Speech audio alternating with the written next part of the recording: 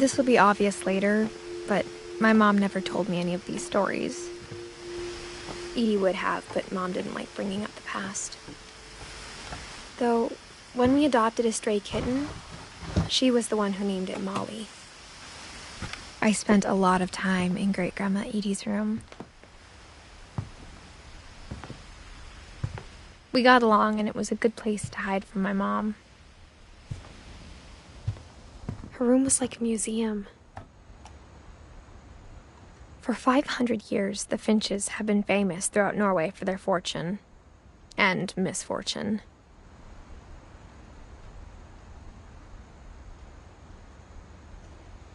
Odin Finch buries the latest victims of the family curse, his wife Ingeborg and their newborn son, Johan. On January 7th, 1937, he set sail with his family and his house, hoping to leave the curse behind.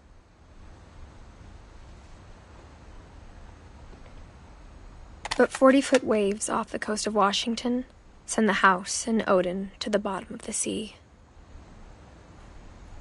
Odin's daughter Edie, with husband Sven and baby Molly, step ashore on their new home, Orcas Island. Odin Finch is the first to be buried in the new family cemetery. His daughter Edie is already dreaming of a new Finch house.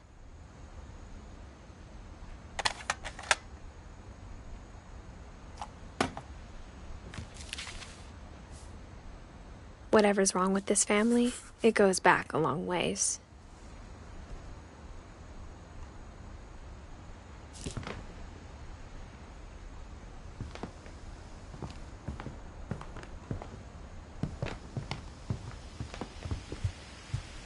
When Edie told people Sven was killed by a dragon, she could also have said he was building a dragon-shaped slide that collapsed. She could have, but she didn't.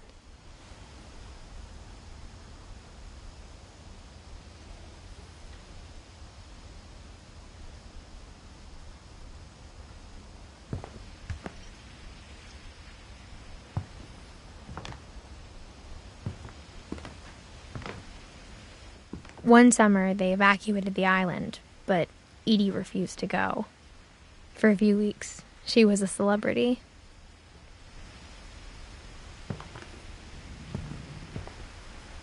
Edie gave a big interview about a mole man living under the Finch house. My mom was furious.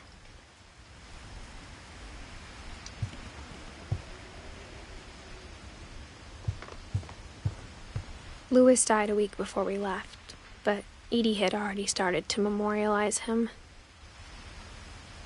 Edie knit me a new pair of gloves every year, just in time to replace the old ones.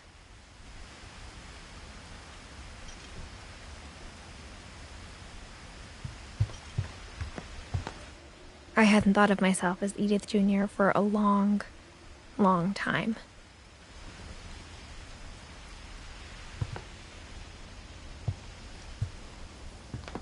Even in her 90s, sometimes Edie seemed a lot younger than my mother.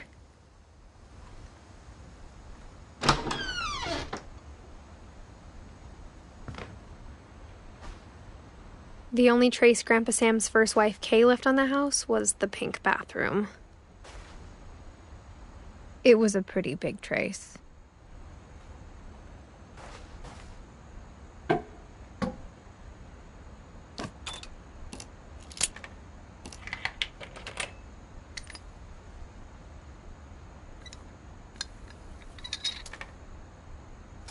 There's a secret in this bathroom.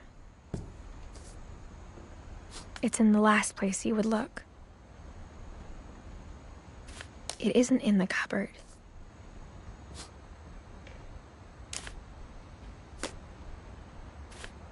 It's hidden in this book.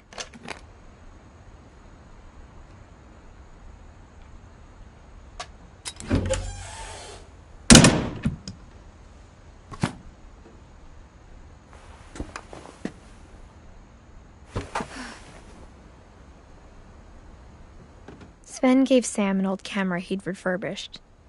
He never put it down.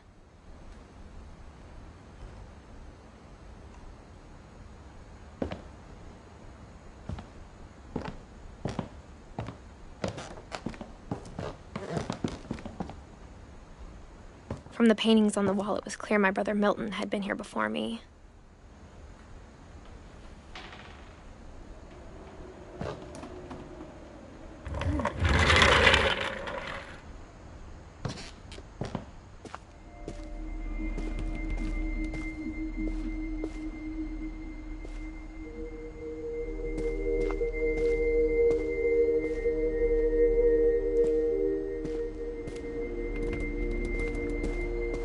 I knew Grandpa Sam had a twin.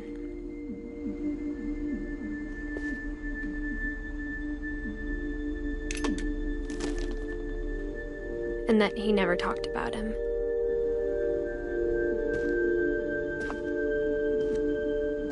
I guess my grandpa didn't like history any more than my mom did.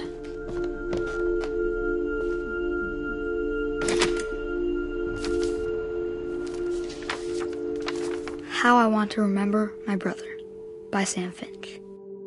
The thing I remember is that when he made up his mind, that was it.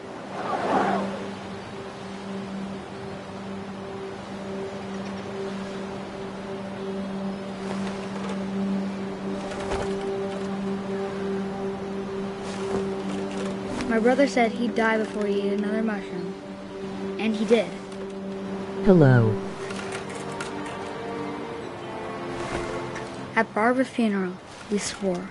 Emoji smiling cat face with open mouth. And he wasn't. I think Calvin always wanted to fly.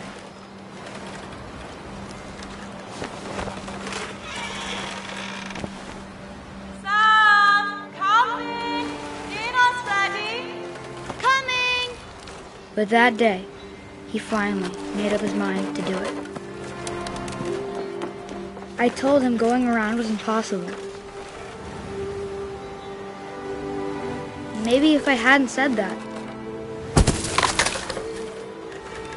Calvin! I'm not going to tell you again! Maybe if the wind hadn't picked up. Then maybe he'd still be here. But I doubt it. I think he'd already made up his mind. That's what I want to remember about my brother.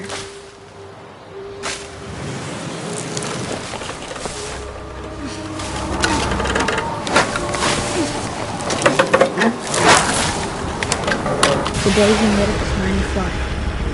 And he did.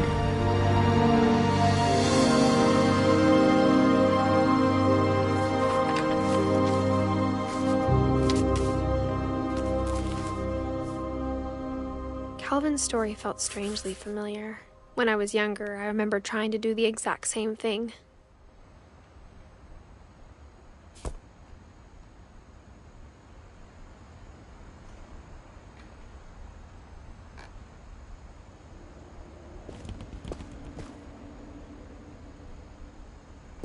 After the funeral, Edith roped off Calvin's half of the room.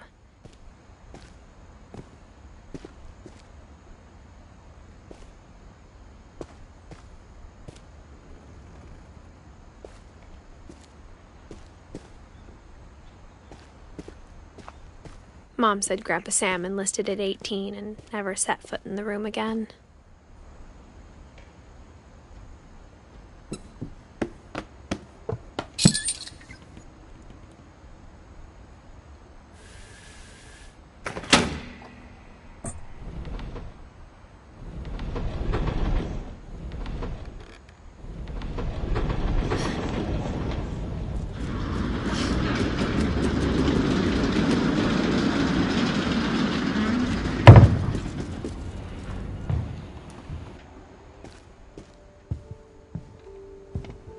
The passages were a pretty tight fit. They'd obviously been built for smaller hands and bellies.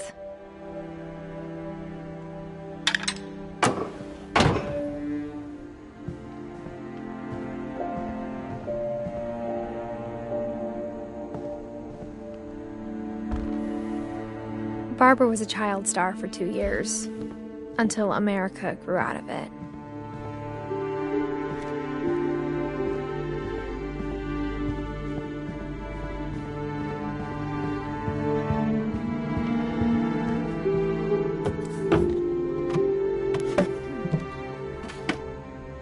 Growing up, I always thought of Barbara as a child star.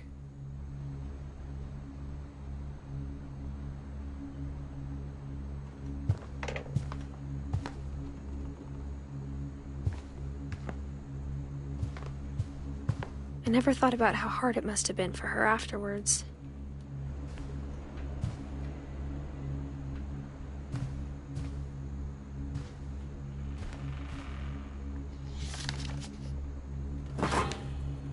Of all the stories people wrote about Barbara's This death, game is a I'm bit surprised weird. Edie saved this one.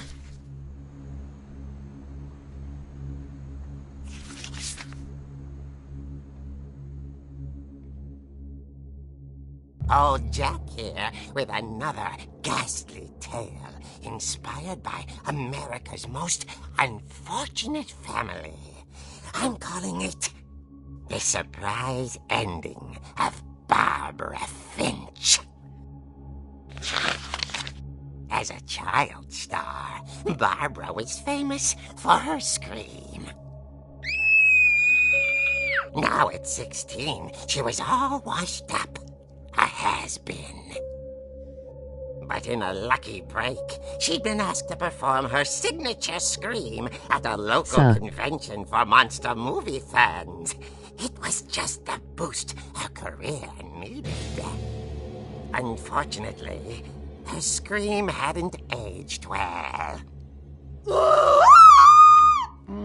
Getting better. I think you just need the right motivation. Her biggest fan and current boyfriend, Rick, was about to demonstrate when...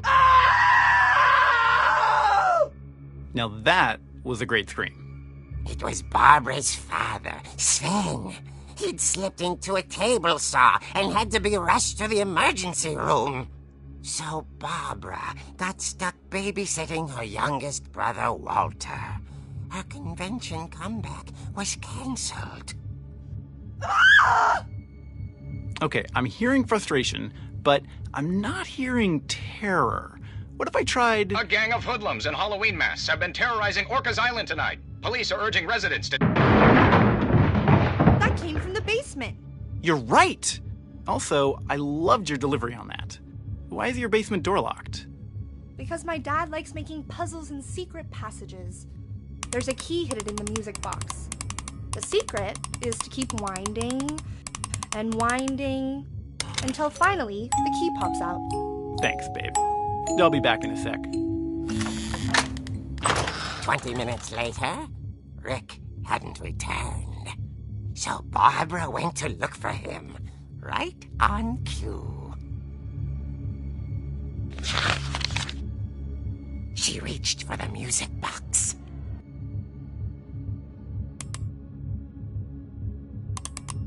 And as she wound the key, she listened for Rick, but the house was silent. Emoji grin.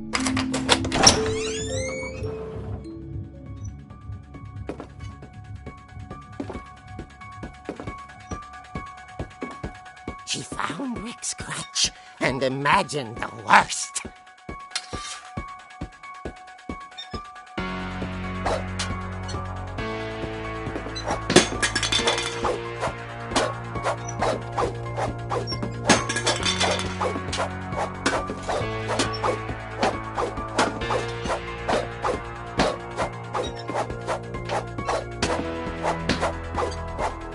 This is interesting.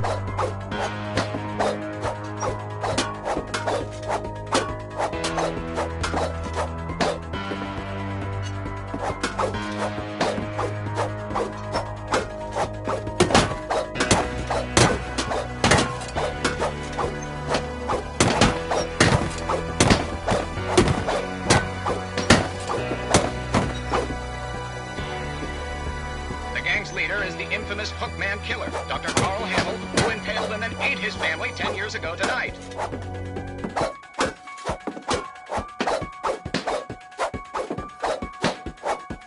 Laughing.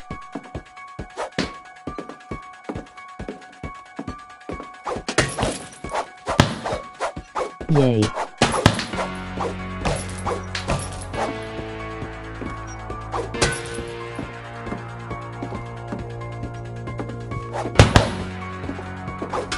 If you have PS4 Plus, you too can play this game for free.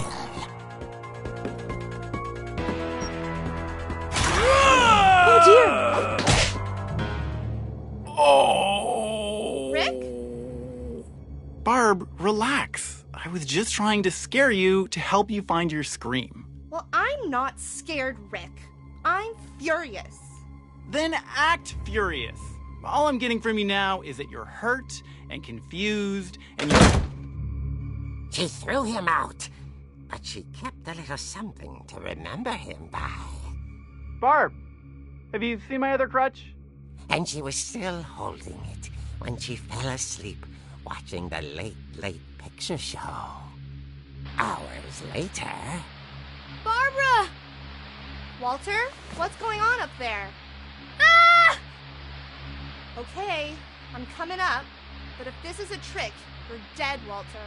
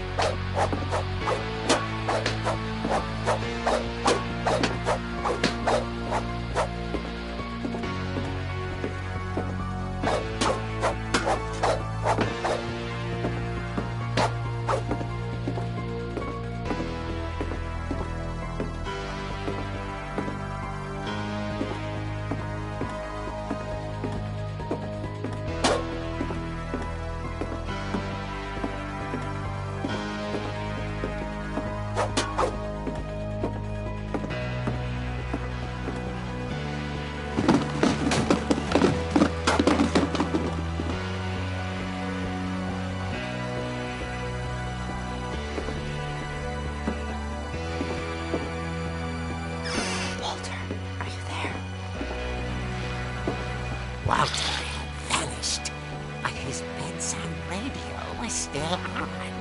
Orcas Island police describe the man as 6 feet tall, with a steel hook for a hand. Residents are urged to lock all doors and windows and notify the police of any suspicious activity. Barbara turned, saw the hook man, and was speechless. He was quite smashing. And he was. He couldn't get enough of Barbara. Okay, Barbara, there's gotta be another way out of here. That night, she They took played away my her PS part Plus early. beautifully.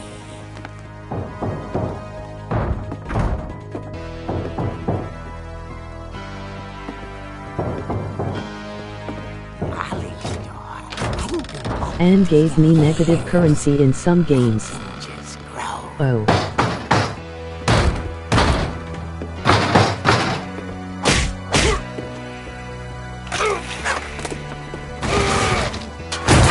He wasn't moving, but she sensed the story might not be over yet.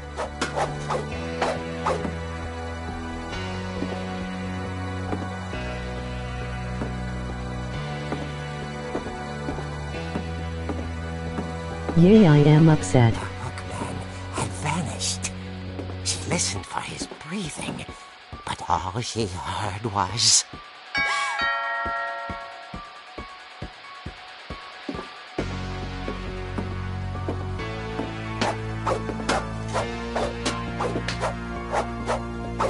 Someone at the door was dying to speak to young Barbara.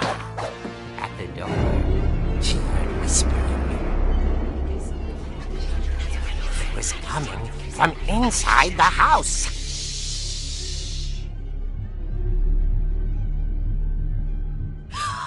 Oh dear. The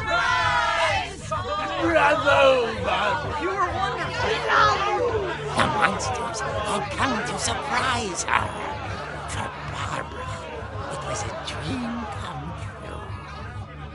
Then she saw what kind of monsters they were, and she realized what was about to happen. She was going to be famous. And with her final breath, Barbara Finch gave the performance of her life.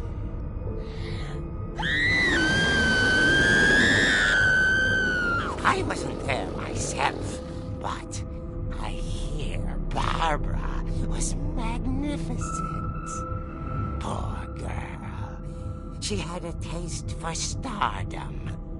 But unfortunately, so did her fans. Of course, the police blamed it all on poor Rick, who disappeared the same night. And little Walter, hiding under his bed the whole time. He took it all pretty hard, but that's another story. As for Barbara, tucked inside the music box is all they ever found of her. Her ear. Now that's what I call a real eerie tale.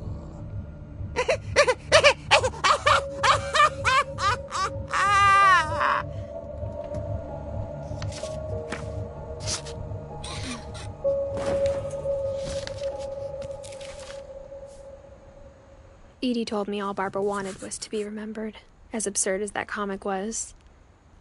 Maybe what Edie saw was a happy ending.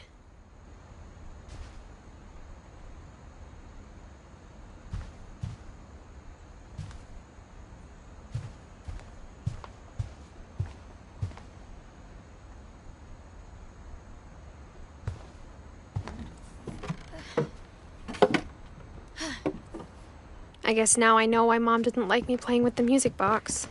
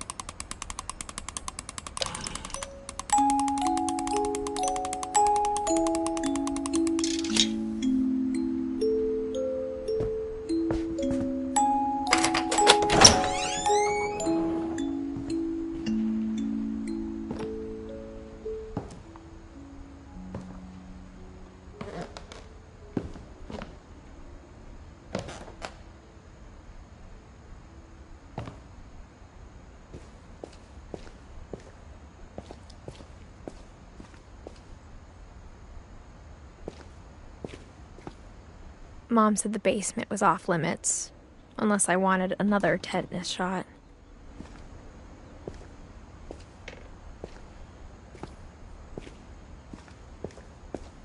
I saw Edie sneak down to the basement once, carrying packages. I thought maybe she was hiding presents.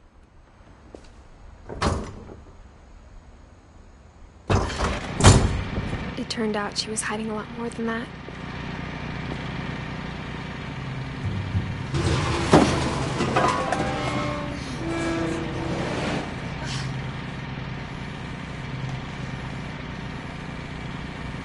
I remember asking Mom once about where Walter had gone.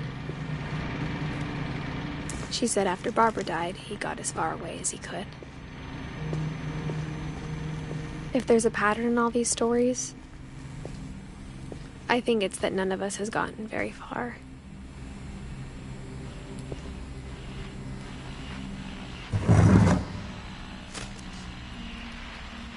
Goodbye, everyone.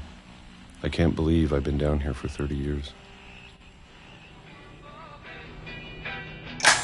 On that first day, after the shaking started, I didn't think I'd survive a week.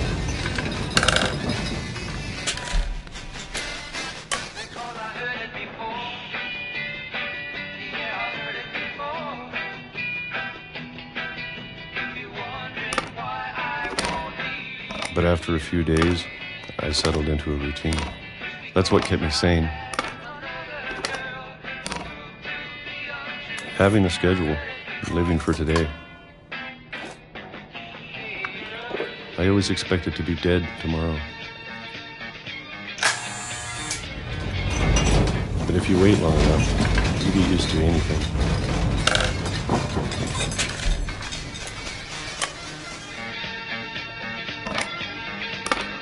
Even a monster on the other side of the door starts to feel normal.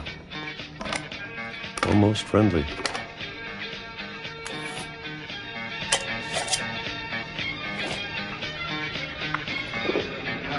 And then one day, everything just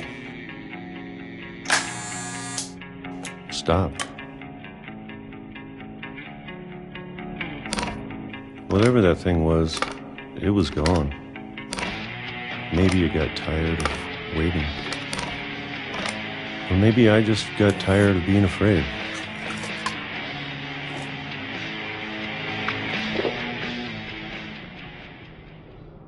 It's been a week now, the longest in 30 years.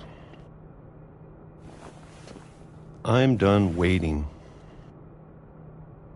I have to leave while I still can.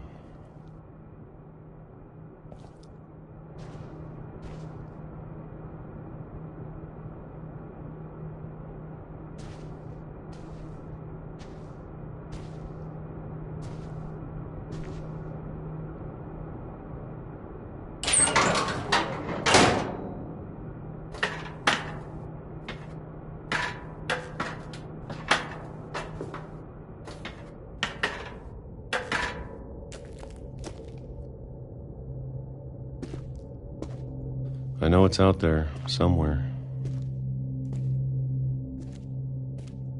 Whatever killed Barbara and Molly and Calvin.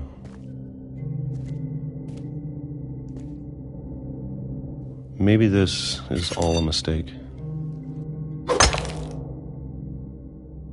But I need to stop living the same day. Even if it kills me.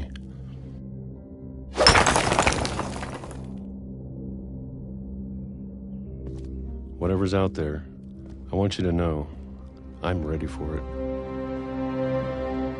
I'm going to appreciate all of it, especially the food.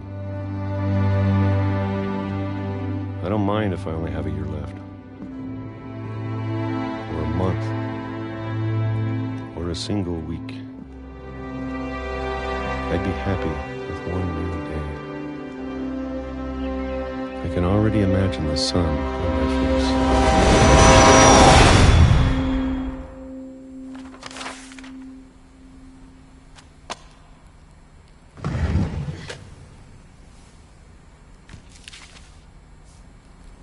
Walter died when I was 6. I can't believe my mom never told me he was dead. Blue down.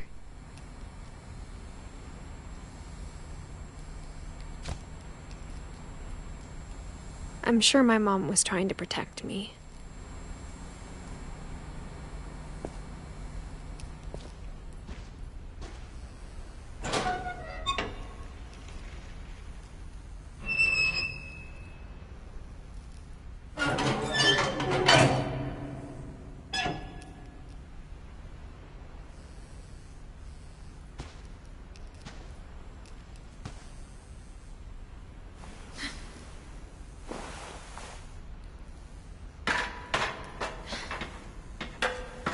Maybe she was afraid I'd end up like Walter.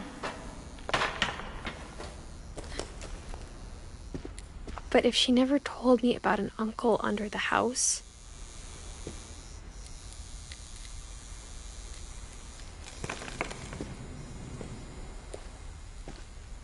I can only imagine what else she was hiding. I don't want to make the same mistakes she made. Trying to bury something that's still alive.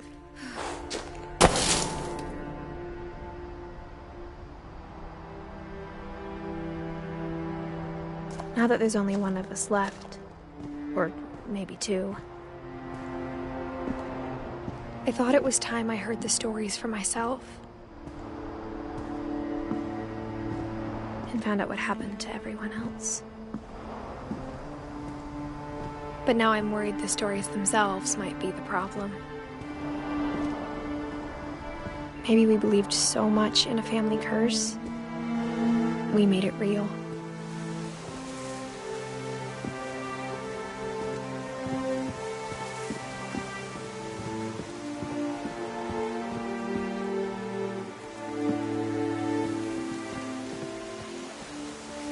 I don't know if I should even be writing this.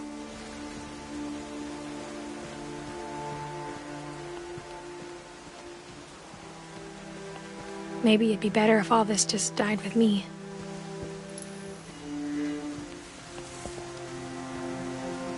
But I thought you should know about your family.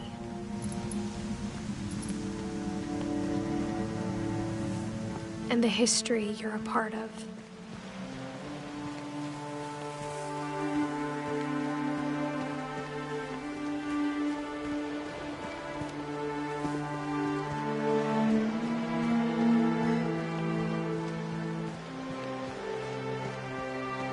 Though to be honest, I feel as lost as you probably do right now.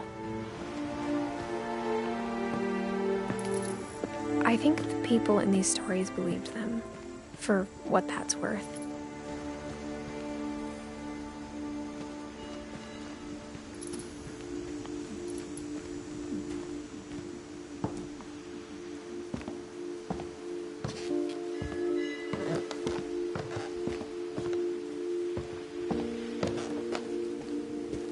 And when you look at the house, that history of imagination and stubbornness and madness, any of it seems possible.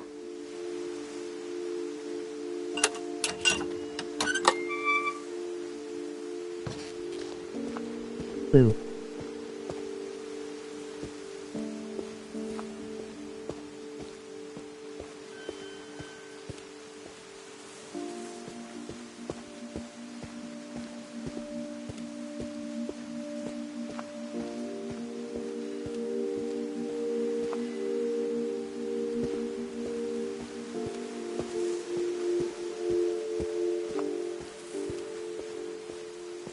I think we've been surrounded by death for so long, we've just gotten used to it. What kind of family finishes building a cemetery before starting the house?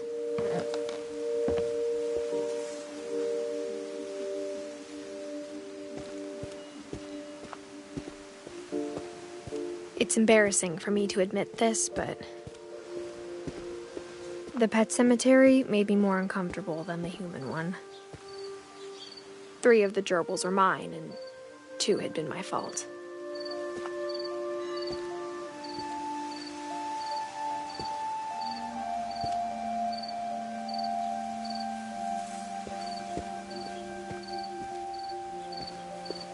Sven built the house, but it was Edith who designed the cemetery.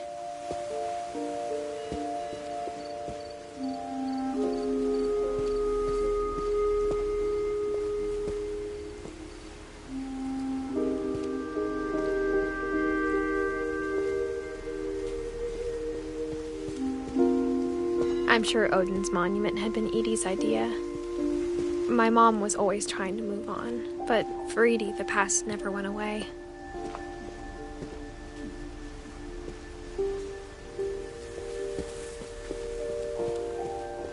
She could see it poking out of the water at low tide.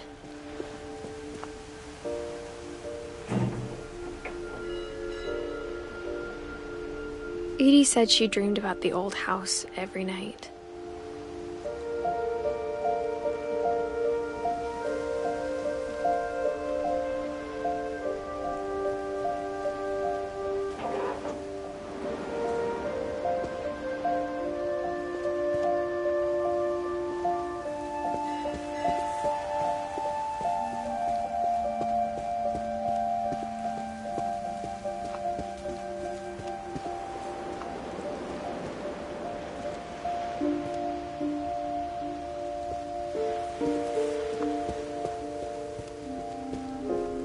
Edie's side was always easier for me to understand. But the older I get, the more I can see where my mom was coming from.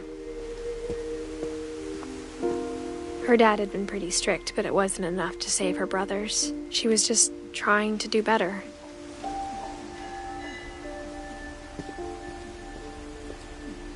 She lost 2 of her brothers, just like I did. I get why she tried so hard to protect us.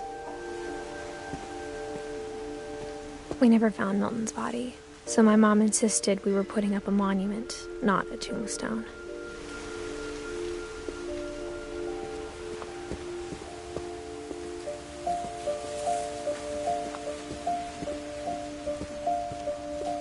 There's so many things I wish I could ask my mom now.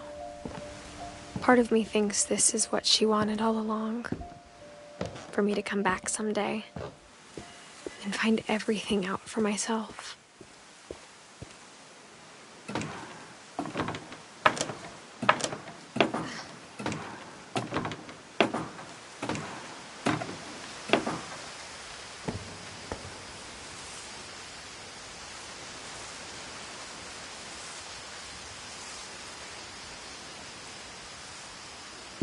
But looking back on it now,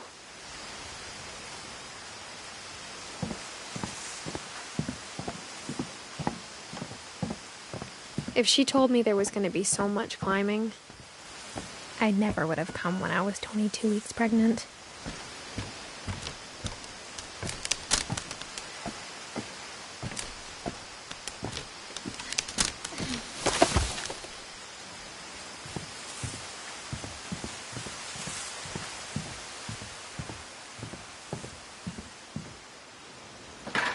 I never met Grandpa Sam, but I think he and my mom had a lot in common.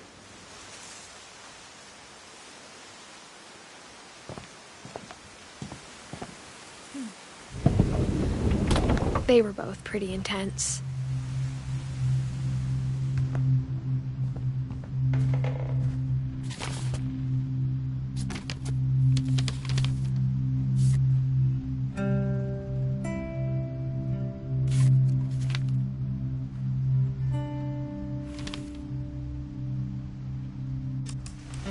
Dawn, I promise, you'll never forget this weekend. Yes, sir. These memories are gonna last a lifetime. Am I gonna have to shoot anything? It's a hunting trip, Dawn. Shooting is strongly encouraged. Shouldn't we be leaving? Just want to get a shot of you, Dawn, then we can take off.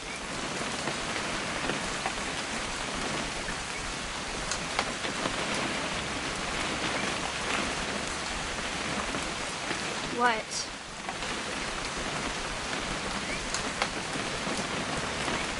It's too early, Dad. Perfect. It's gonna rain the whole weekend, isn't it? I will never forget this weekend, Dad. That's the spirit. Okay, got it. I'm gonna take some pictures, okay? Just be careful. That camera's older than you are.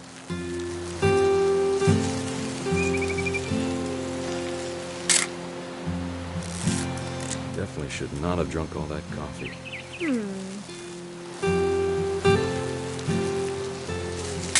Hey! That's a keeper. Nothing quite like being outside. I'm just saying, I'm not always gonna be here, Dawn. You'll need to remember this stuff, if you want to survive. I'll be fine, Dad. You know who else thought he was gonna be fine? Some guy who died. Dawn, I'm being serious. I know, Dad. You're always serious. Doesn't being out here make you want to chill out? Well, to tell you the truth, I haven't been out here in 20 years.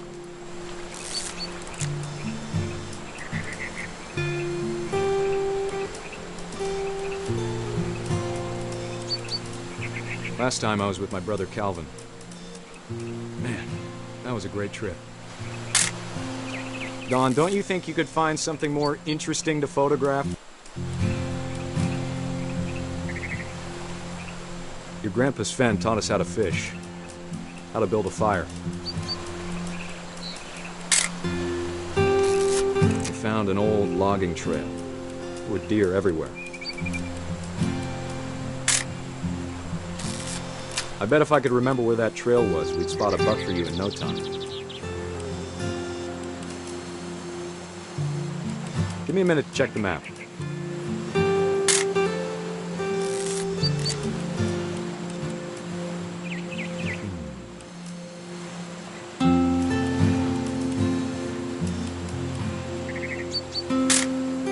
Let's see.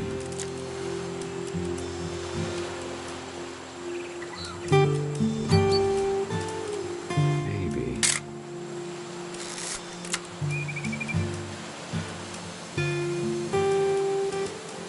Or was it?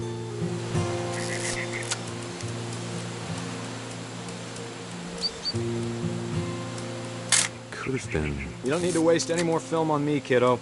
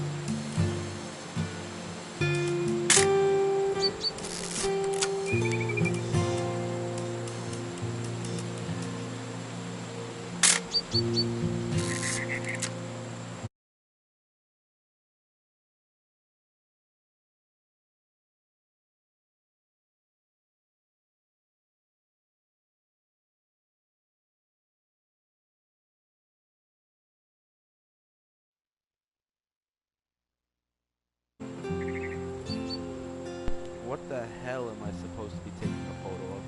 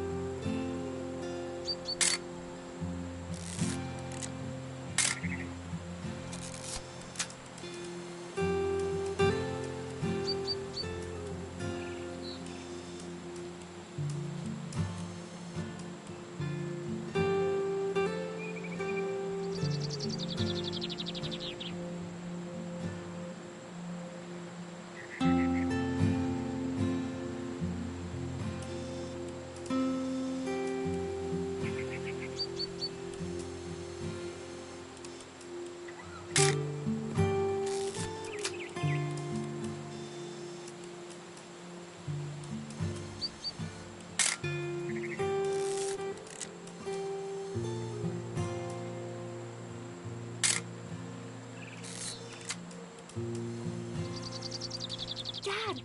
Good eyes, Dawn.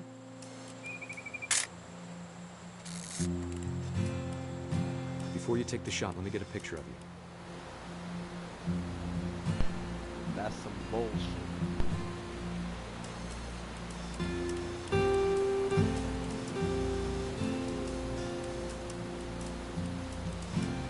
Dad, I... Just breathe. Let me get behind you. Do I have to do this? Dawn, you don't have to do anything. But if you want to survive, you'll need to be strong. Great shot, Dawn!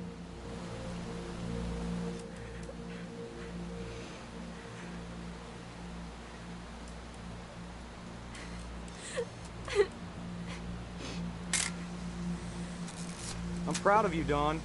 Always remember that, okay?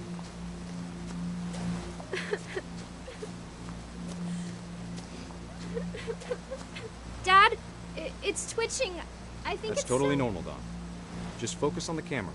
Try not to think about... Dad!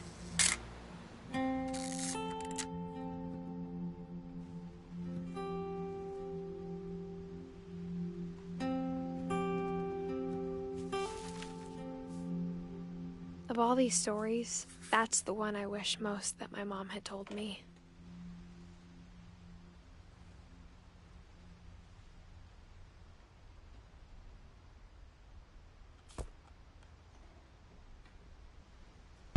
I was not expecting that.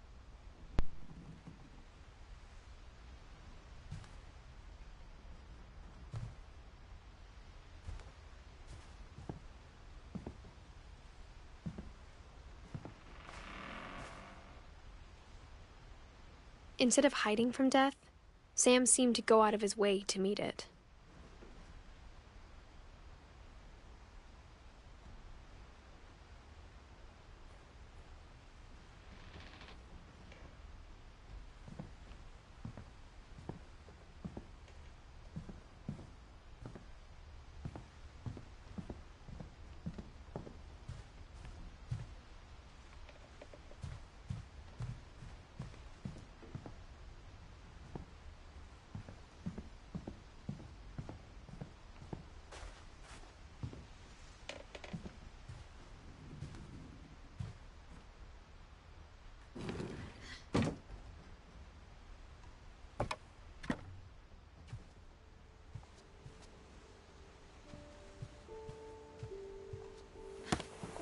After Sam died, my mom and Edie got really close. They'd both lost a lot.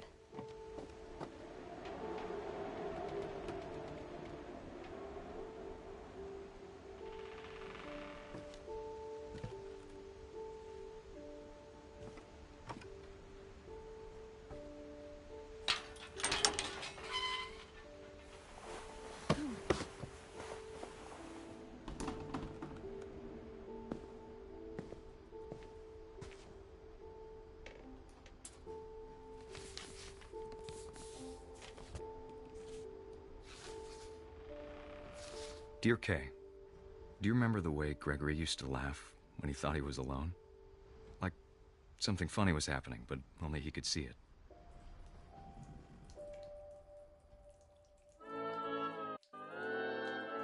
I think he saw things the rest of us don't.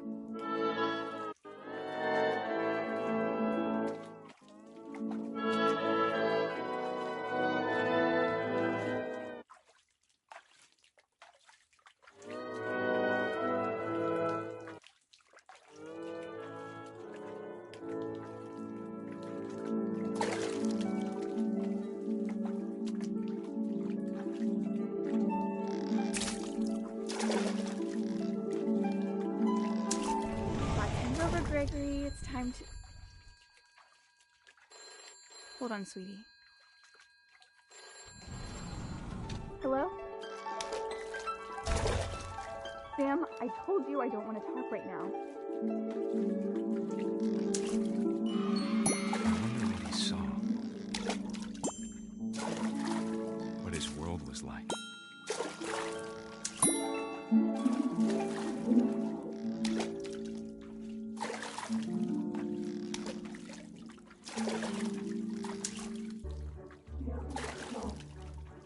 Reminded me so much of Calvin. Lost in his imagination.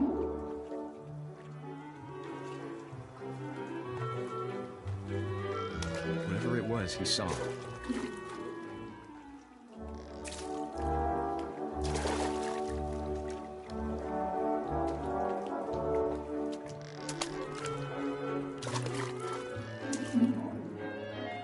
It sure made him happy.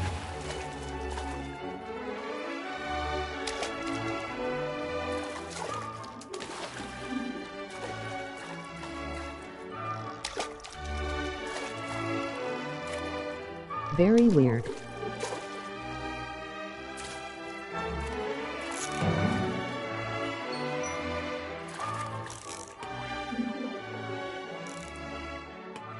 I know how silly it sounds.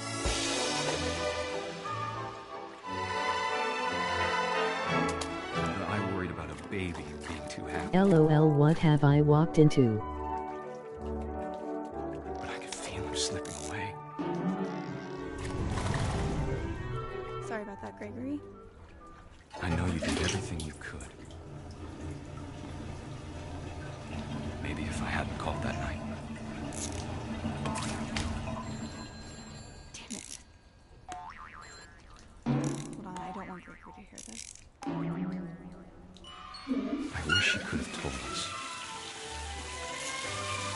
about the world he saw.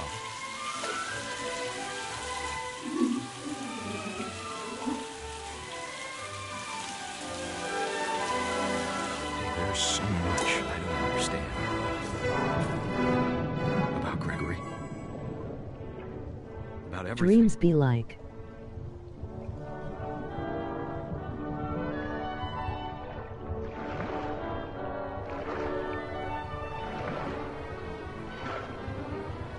I know what happened wasn't my fault.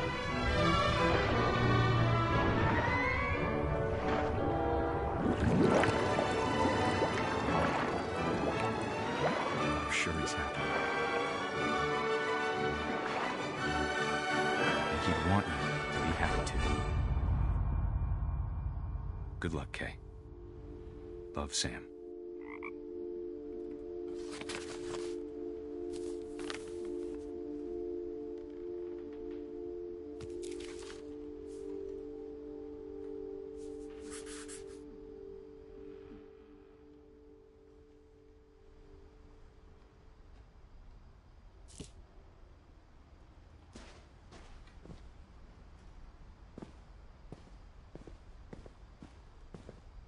I can't imagine my mom ever writing poetry, and yet...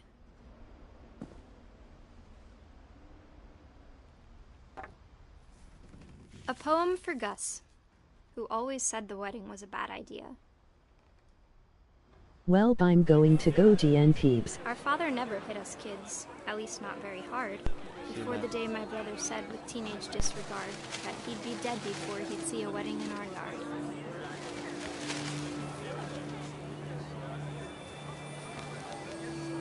Good night.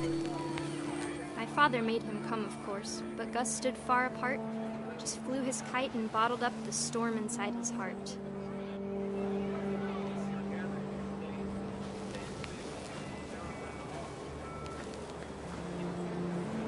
I tried to talk him out of it, but though he'd never met her, we don't need a stepmom, were the words that I now pronounce you husband and wife. You may kiss the bride.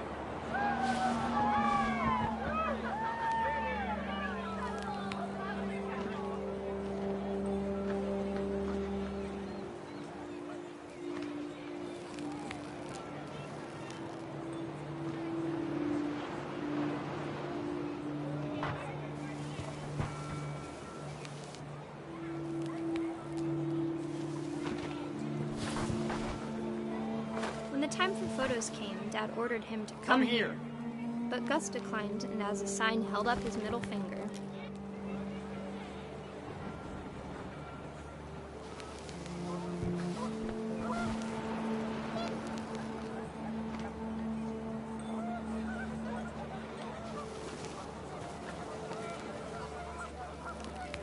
The wind picked up, and panicked geese appeared and quickly went.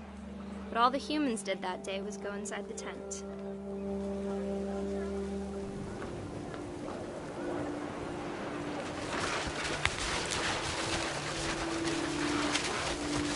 The rain came down in buckets then, but no one seemed afraid that nature might destroy the tent our dad had crudely made.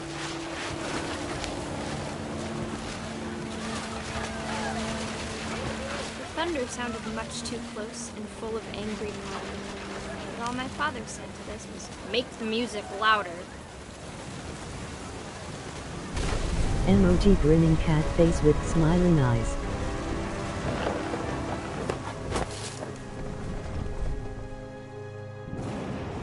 I wish that I could truly say I thought about you on that day. Out there on the beach alone, just you, the wind, the sea and foam. But I didn't, until we found you.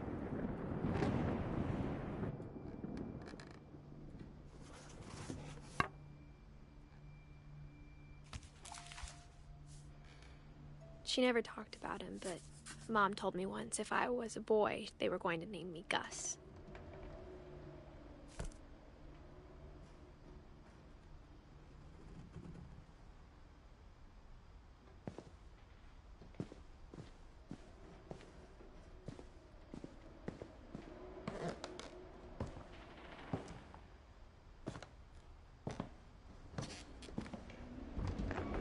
My mom moved up to the loft after her brothers died. At the time, it was as far away as she could get.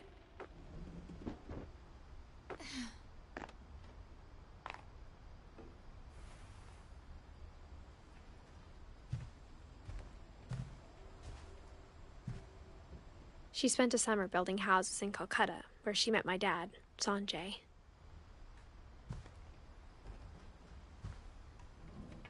My mom moved to India a week after graduation and got a job teaching English.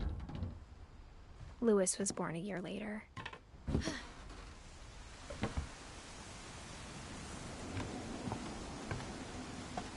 When my dad died, I don't think Mom knew where else to go.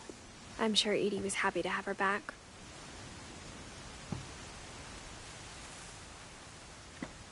And to see kids in the house again.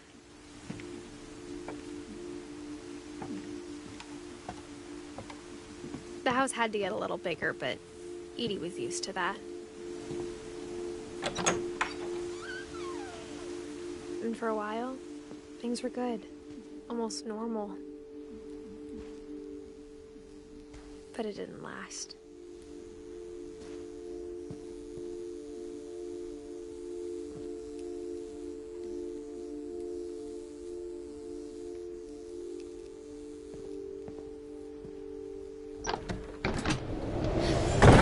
The beginning of the end was Milton's 10th birthday, when Edie gave him a castle.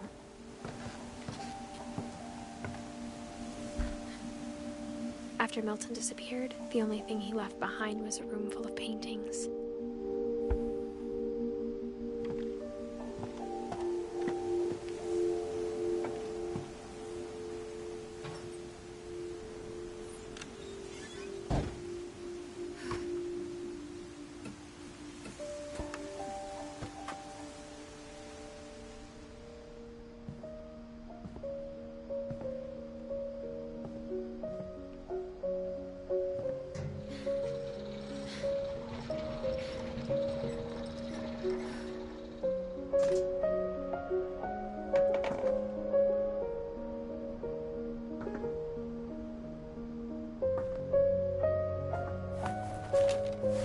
Milton Finch in The Magic Paintbrush.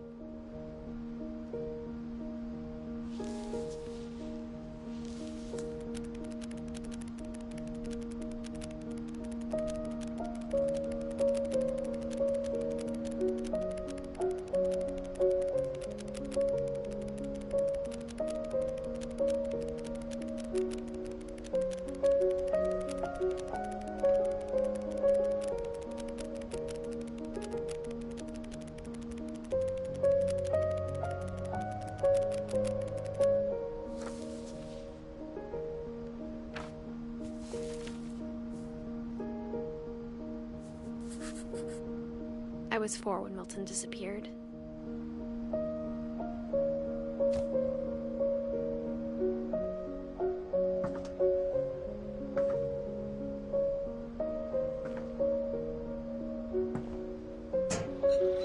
Mom spent months searching for my brother. Then she sealed the doors.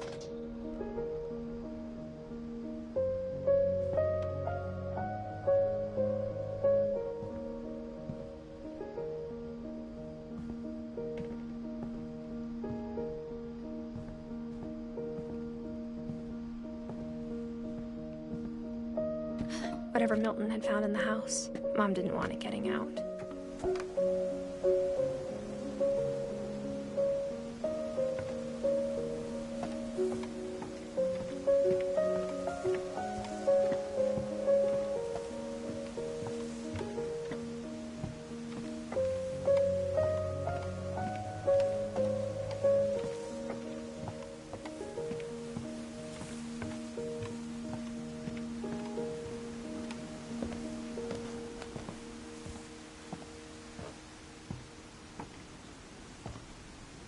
Mom definitely blamed Edie, but I think Louis blamed himself.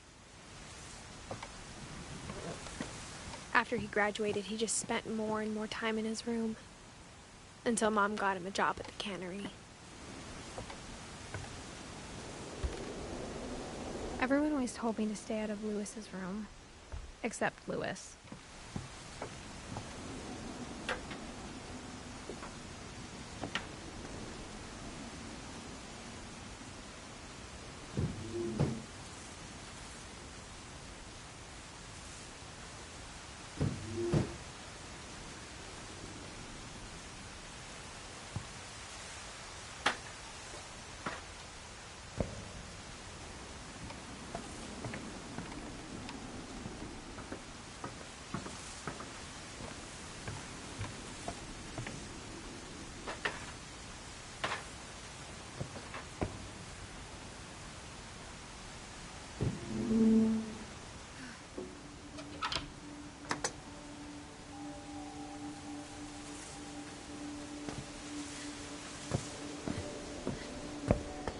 Lewis's room smelled very, very familiar.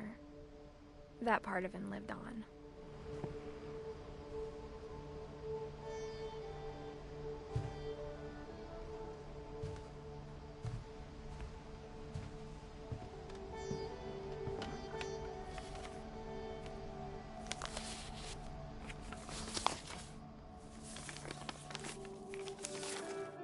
Dear Mrs. Finch, as Lewis's psychiatrist, I can understand your desire for an explanation.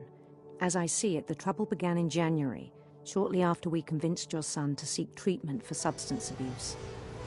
Newly sober, I believe Lewis first noticed the monotony of his daily life.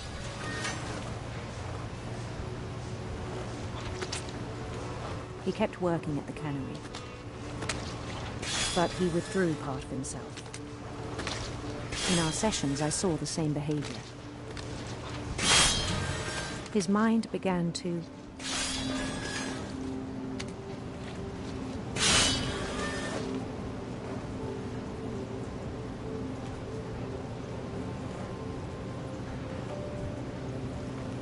wander. I asked him to describe it. He said he started small, imagining a labyrinth. He'd feel his way about. Then something moved. Bats. And toads.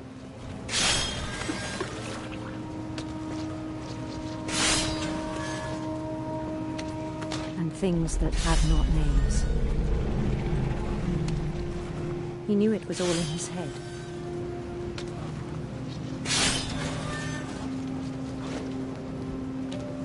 But he took it very seriously.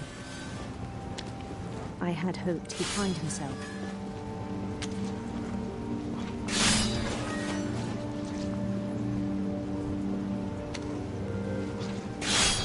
But he found something more. I worried about him then. Daydreaming at the cannery.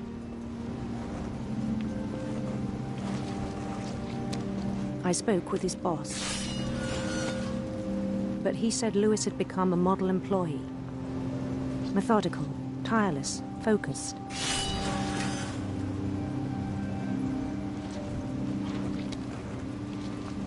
Like a whole new Lewis. So I let him go on.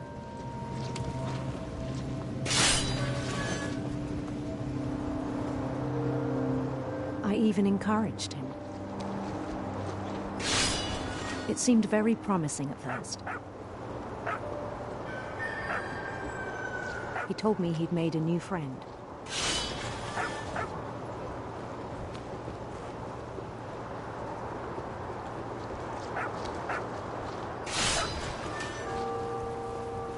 On the edge of a city he named Lewis Topia. He built the city up slowly, brick by brick.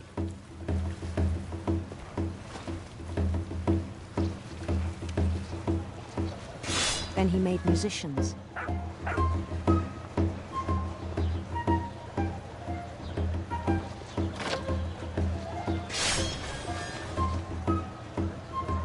And songs for them to play.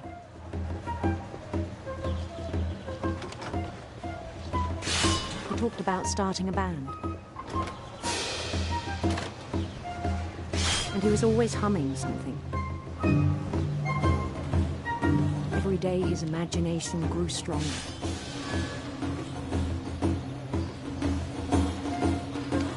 He no longer spoke at the cannery. But his chopping was as reliable as ever. Then one day it struck him. Weird. That all the cheering crowds, even the stones under his feet, were all in his imagination. So he could do whatever he wished.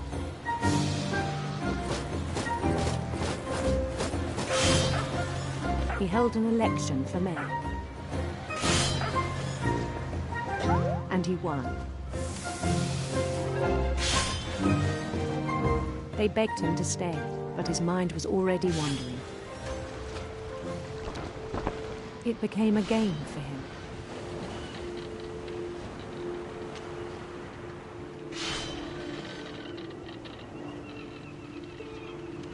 He'd conquer a city, then immediately push on. New Louisville.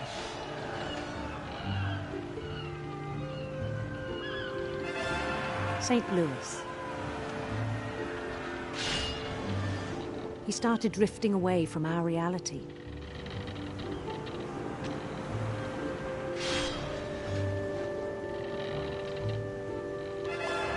Minneapolis, until one day he forgot to go home from the cannery. Even as his mother pleaded with him, part of Louis kept sailing on.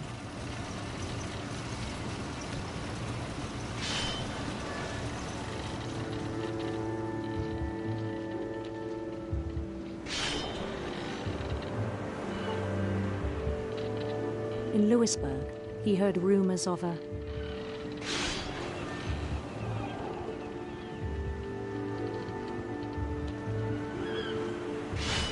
handsome queen.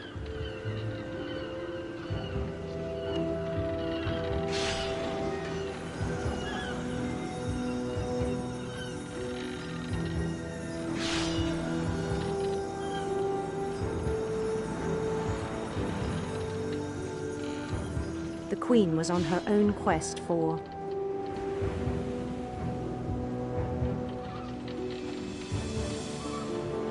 sinister serpents.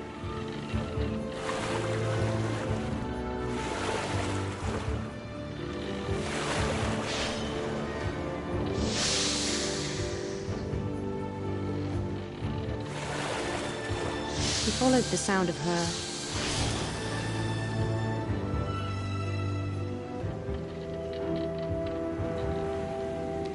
electric sitar.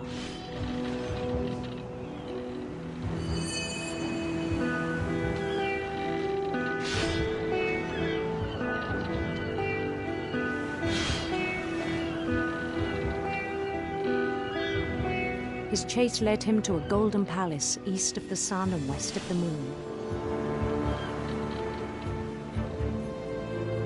Even then, his logic remained sound.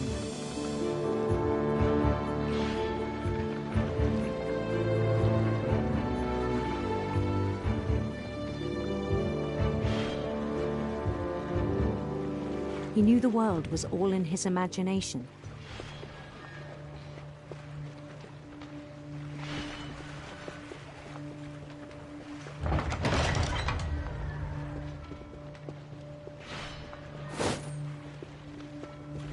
But he was so proud of having created it.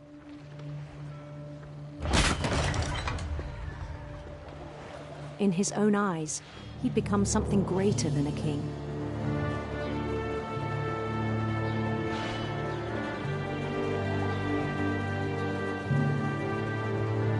For someone who'd never known success in the real world, I think it was overwhelming.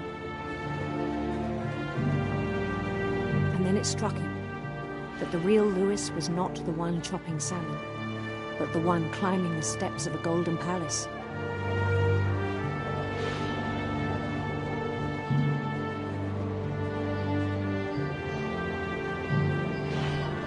My imagination is as real as my body, he told me.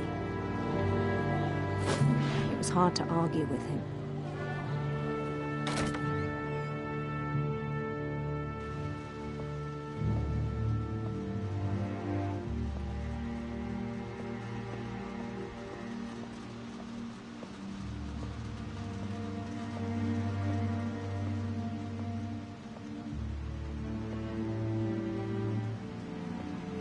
Began to forget the world we know.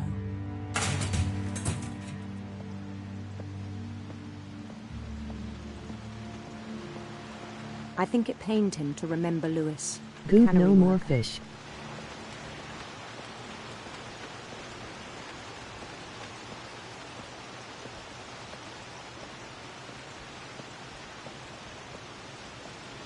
He began to despise the man with a royal contempt.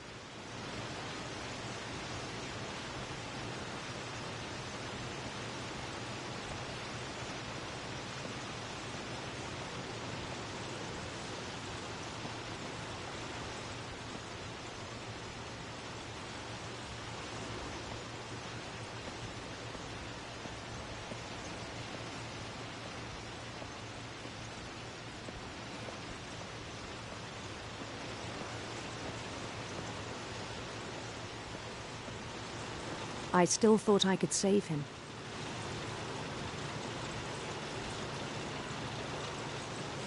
Even after he said he was being crowned king over all the lands of wonder.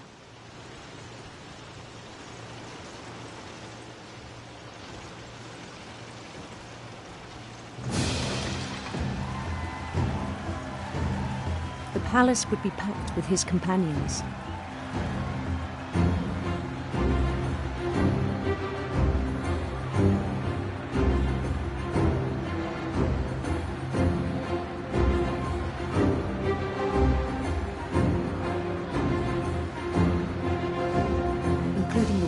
Calico who'd insisted on inviting him.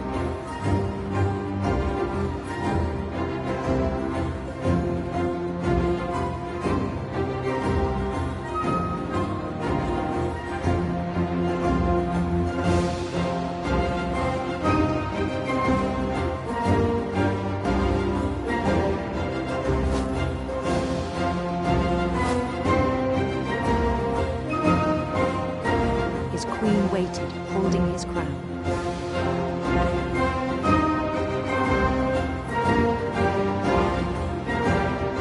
There was only one thing left to do.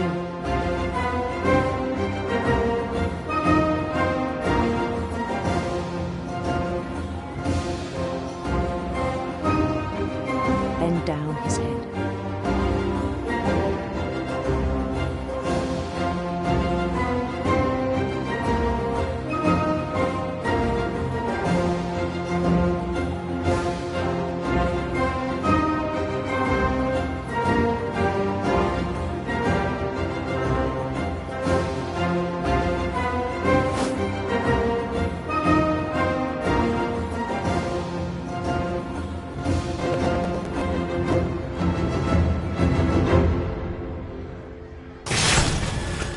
I think you know. Mrs. Finch, your son was a kind man who will be missed by all of us who knew him.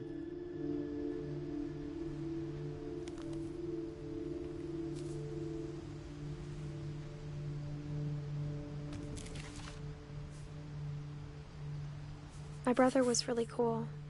I wish you could have met him.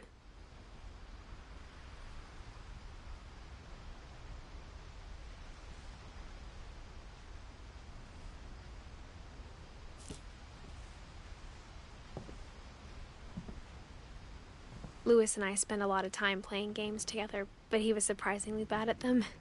He died a lot.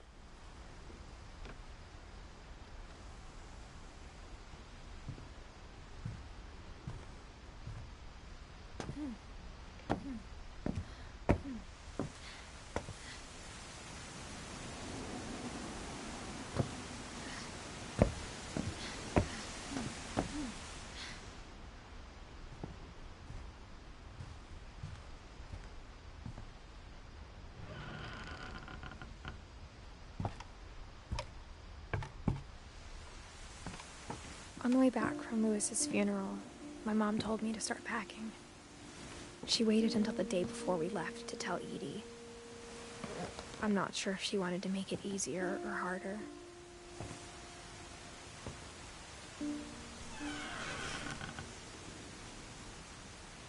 I wish we'd stayed.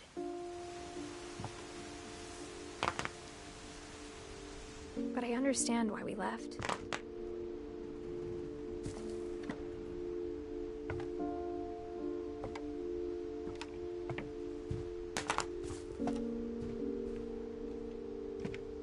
My mom ended up leaving everything behind.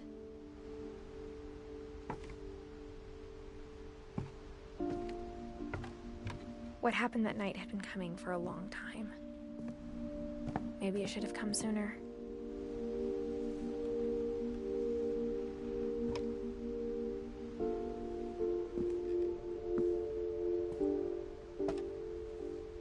But it had to end one way or another. All that's left now was to tell you about that last night.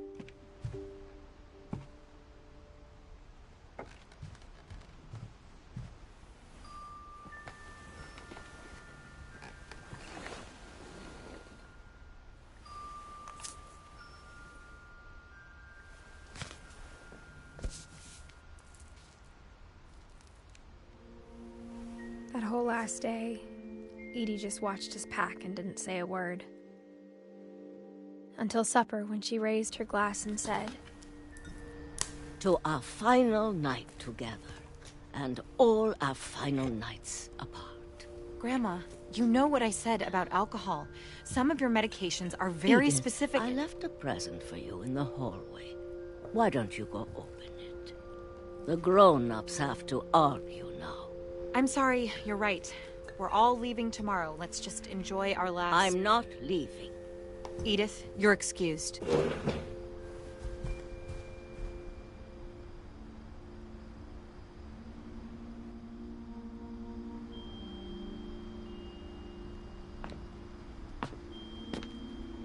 The power had been shut off that morning, but Edie always had plenty of candles.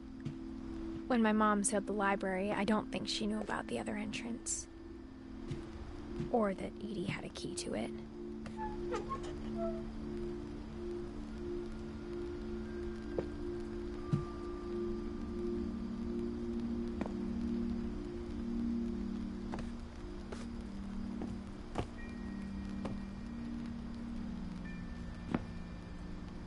That thing you're afraid of isn't going to end when you leave the house. Edith has a right to know these stories. My children are dead because of your stories. I think it's best if Edith and I leave tonight. We'll have the nursing home send a van for you in the morning, okay?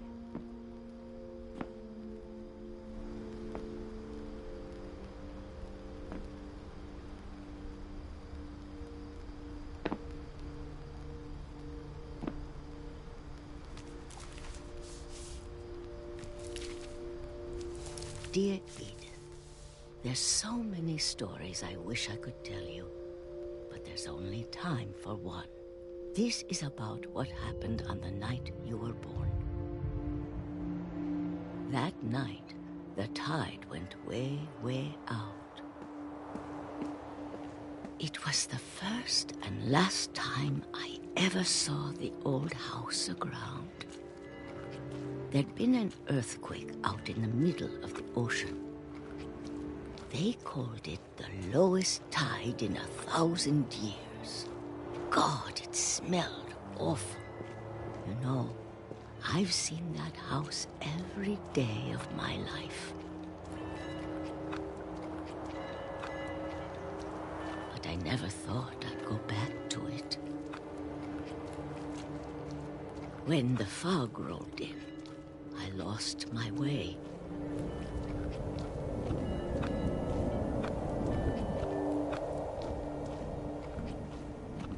I got turned around.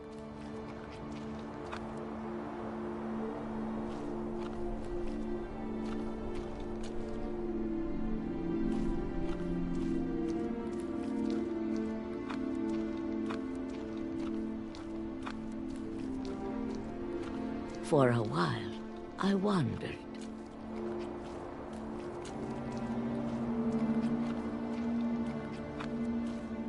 I started seeing things.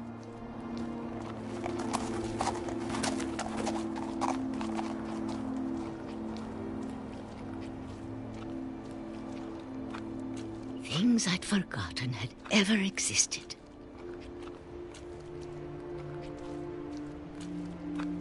But when I saw them, they felt like old friends. That night, a lot of things came back to me. Or maybe I came back to them.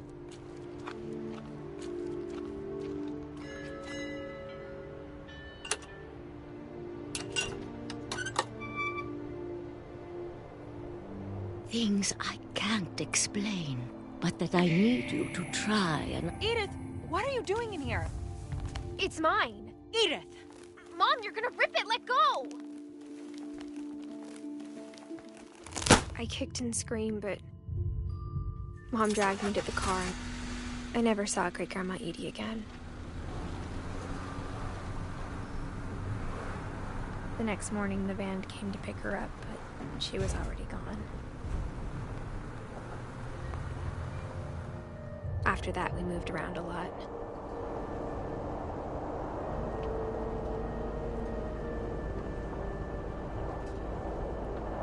We both tried to make the best of it.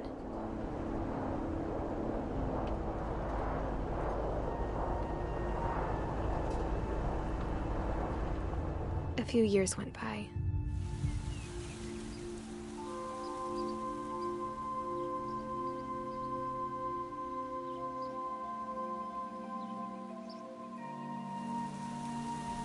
My mom didn't like to talk about it. But she started getting sick a lot. The rest happened pretty quickly. She got better for a while, and then she didn't.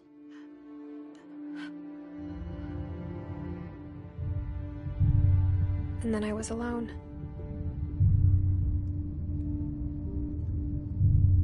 The last Finch left alive.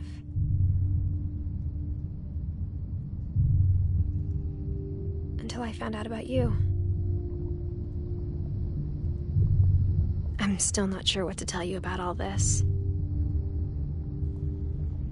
If we lived forever, maybe we'd have time to understand things.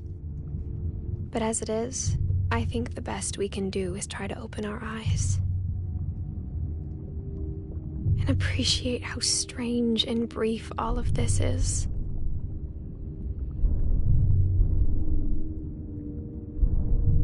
This journal was supposed to be for you.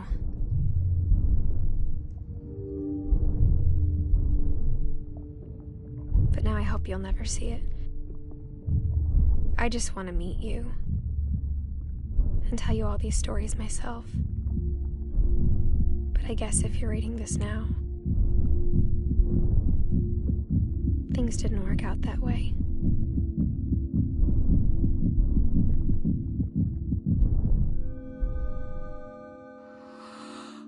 This is where your story begins. I'm sorry I won't be there to see it. It's a lot to ask, but I don't want you to be sad that I'm gone. I want you to be amazed that any of us ever had a chance to be here at all. Good luck.